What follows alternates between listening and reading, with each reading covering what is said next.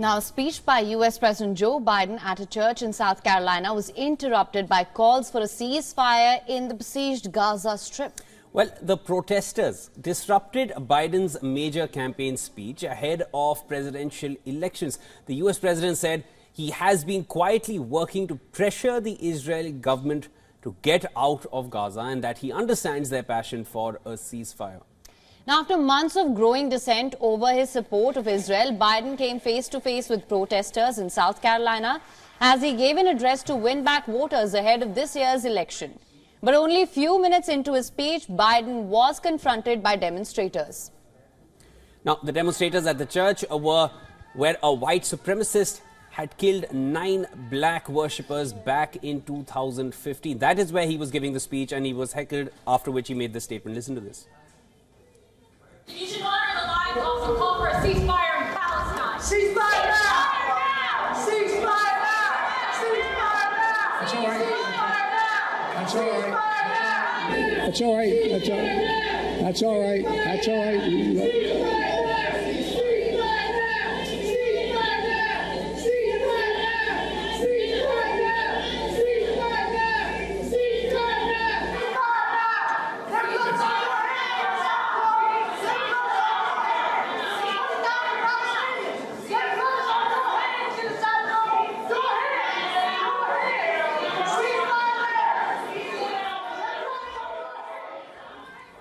Unfazed by chants of ceasefire now that erupted from the crowd, Biden stayed calm during the commotion before telling the audience that he has been quietly working with the Israeli government to get them to reduce their presence and get out of Gaza. Thank you. Look, folks, I understand their passion. And I've been quietly working with the Israeli government to get them to reduce and significantly get out of Gaza. I'm using all that I can to do that.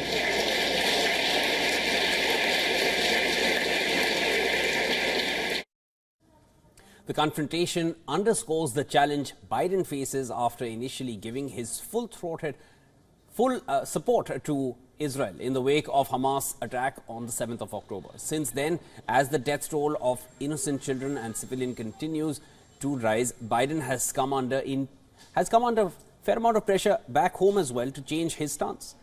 Now here his remarks come as U.S. Secretary of State Antony Blinken landed in Israel. Blinken is visiting West Asia for a week of shuttle diplomacy amid heightened fears that the war between Israel and Hamas militants in Gaza will spark a broader regional conflict. For more on this, we're now being joined live by Professor James A. Russell, who is an associate professor in the Department of National Security Affairs at NPS, where he's teaching courses on U.S. foreign policy in West Asia, military innovation and national security strategy. Sir, thank you so much for joining us on World DNA. My pleasure.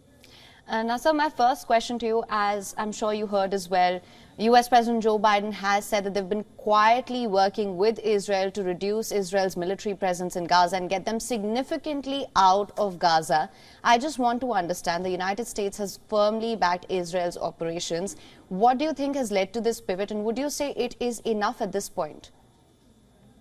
My opinion is that the time for backroom conversations ended like a month ago already. Mm-hmm. I mean, it's time for the United States to put an end to this war. It's time for the United States to stop funding the armaments that are killing the Palestinians. The Israelis have been slaughtering the Palestinians for the last couple of months, courtesy of weapons that are paid for by the American taxpayers. The Biden administration has now gone to the Congress twice, right, overridden congressional oversight for new arms packages to the Israelis. It needs to stop this, right? The Israelis need to be brought into line. President Biden needs to start acting like a president. No more backroom conversations. The war needs to stop, and it needs to stop now. I don't understand this. Coddling the Israelis, as they slaughter the Palestinians, this is a foreign policy debacle for the Biden administration, and it's a strategic disaster for the United States of unmitigated proportions. right? It's taking away all the energies that should be devoted to much more important things around the world today: climate change, refugee crisis, the list goes on. You know, this is not the Biden administration's finest hour, and I'm not convinced that what we need is more quiet backroom conversations, difficult conversations between us and the Israelis. The United States needs to bring the fighting to a halt, full stop. Professor Russell, I also wanted to get your thoughts on this. Now, if you just go over the video of, President Biden speaking to the audience there in the church. Now, his comment regarding Israel and him making efforts to get Israel out of Gaza, those comments, that line came after he was heckled. Do you feel he would have made that statement in any other setting unless the audience would have really nudged him to say something in response?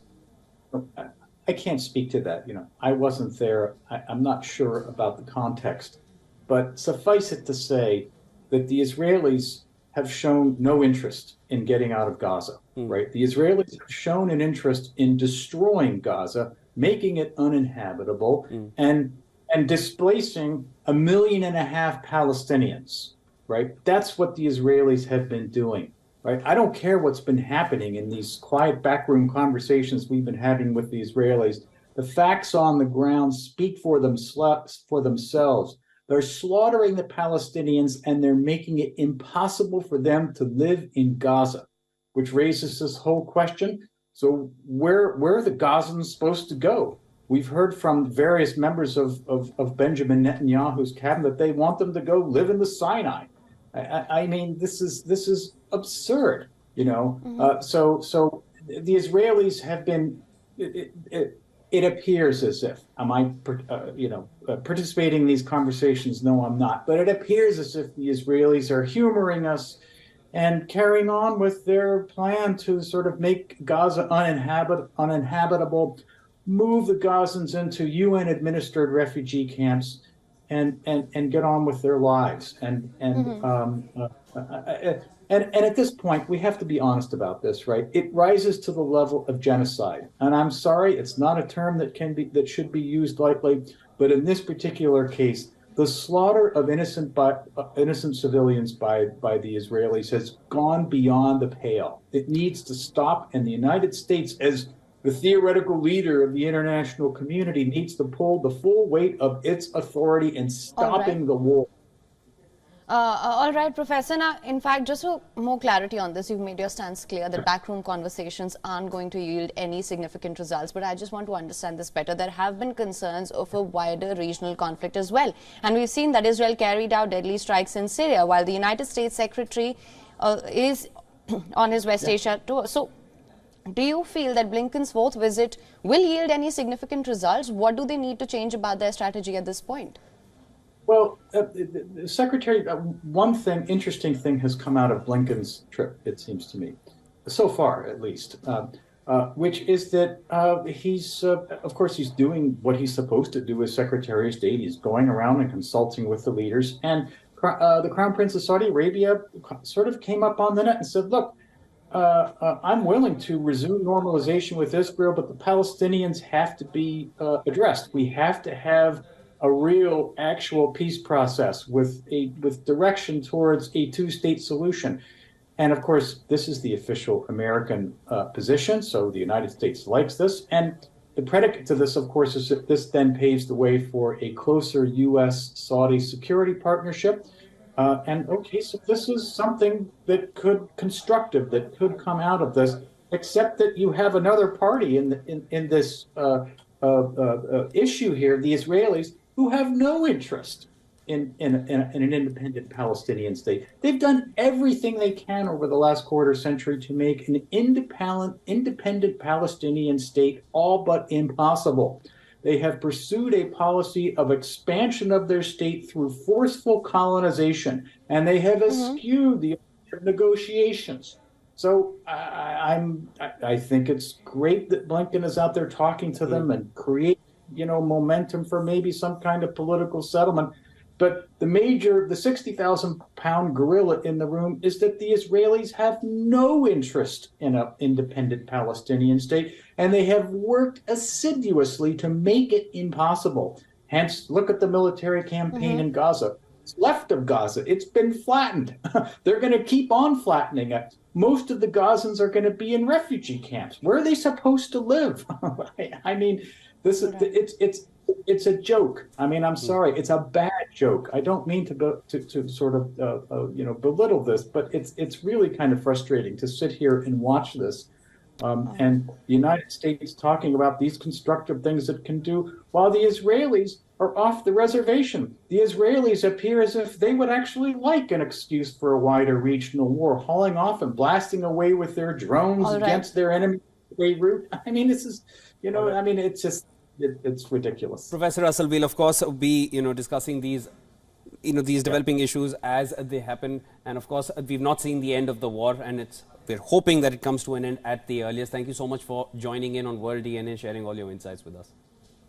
Thank you for having me. I appreciate it.